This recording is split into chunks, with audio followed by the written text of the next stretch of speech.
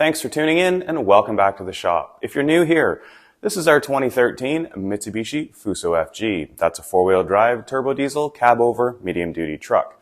On top of it, we are building a camper conversion. That camper conversion is going to be about 14 feet long. It's about 7 feet wide and 7 feet high. As you can see, I'm building an exoskeleton out of aluminum, and once the framing is done, I'll be inserting composite panels. Let's see how far I get today.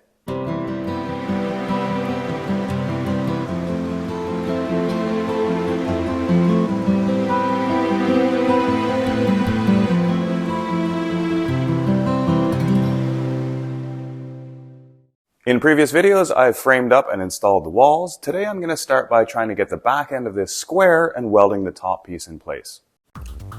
Because this exoskeleton is only designed to capture the composite panels, it doesn't have much structural strength on its own.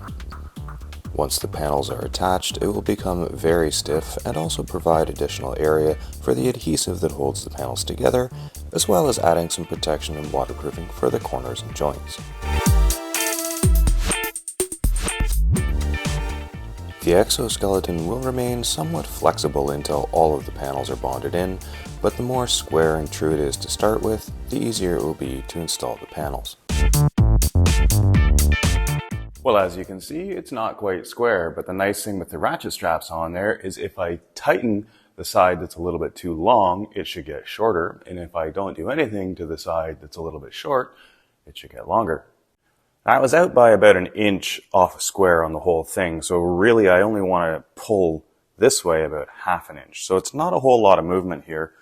If I keep an eye on the strap as I'm tightening the ratchet, which really is not that tight.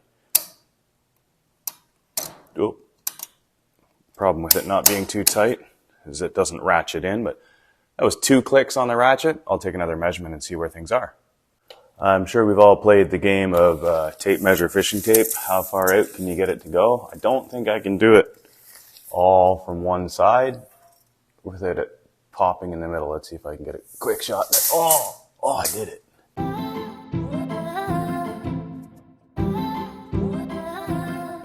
So I'm at 118.5 inches there.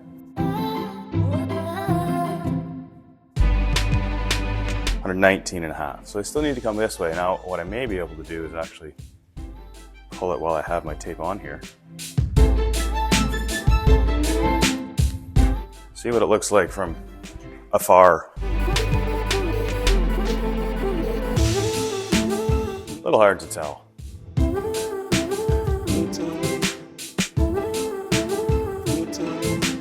118 7/8. It's the most entertaining thing on YouTube, isn't it? 118, 119. I'm out by an eighth of an inch overall, which is a 16th of an inch, really from side to side. For what I'm doing now to weld this top piece on, that's plenty close enough.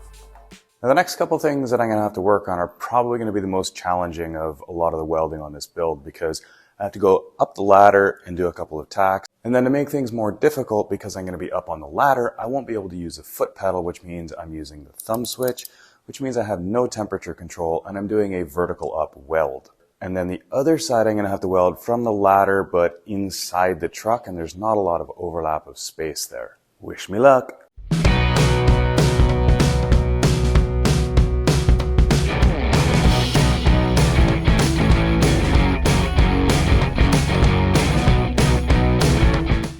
That wasn't nearly as bad as I thought it was going to be.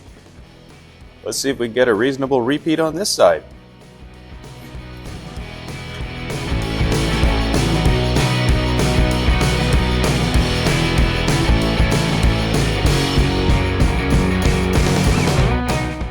That's a pretty dirty weld. I think that one's coming off again, but it'll hold it until I get the backside welded.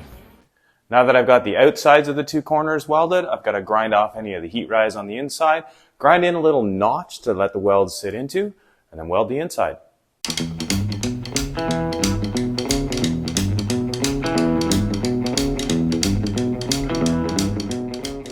The reason for grinding a notch before welding is to allow the weld material to sit a bit more below the surface of the plate. Because on the inside I need to grind the weld back to have a flat surface for the panel to bond to, this keeps more surface area and weld filler material in place after it's ground back down.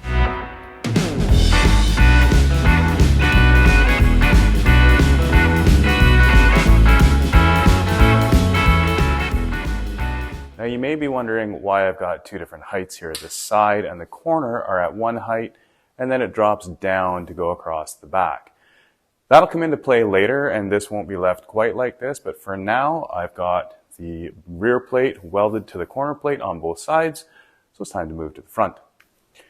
Now because for the front I will be using a small ladder on top of the floor, which is not secured to the tray, which is not secured to the truck, I have added the front stabilizer legs just for a little bit of extra safety.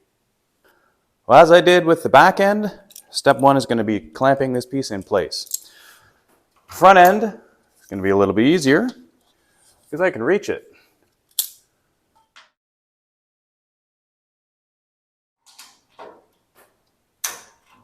As long as I can get these clamps tight enough. Looks like we're going to have a little bit of squeeze on this. Something in the bottom end is pulling. I'm going to assume that this corner didn't quite get as square as when I welded this corner in. So now that I got that piece in there, I need to put my piece of 1x1 T-slot extrusion across here and clamp that into place. That's going to help. Right now, you can't see it from back there, but this piece is bowed like that. These big spring clamps have been a nice quick way of temporarily attaching the stiffening. Get a little bit more in the right place for making everything square. So temporarily, that's what we need. Now we got to check and make sure that we're not like this or like that. Using the same method as at the back with the ratchet straps, everything is now squared up and secure. It's time to put some welds on.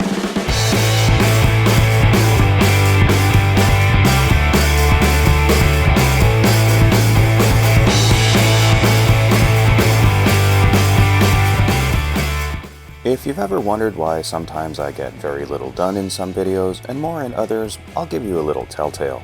This little black box on my hip is not a wireless mic pack, it's a fire department pager. If you see a red light on it, it means I've been off doing other, more important stuff. If you see a video that I didn't get much done and this little red light isn't on, then that's just me being lazy.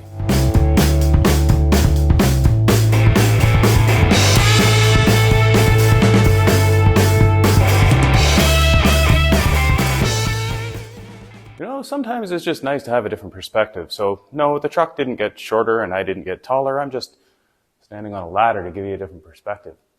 The front's welded, the back's welded. That's all I'm doing this time. If you're interested, take a look in the video description. I've put a link to the clamps. Thanks for watching, and we'll see you next time.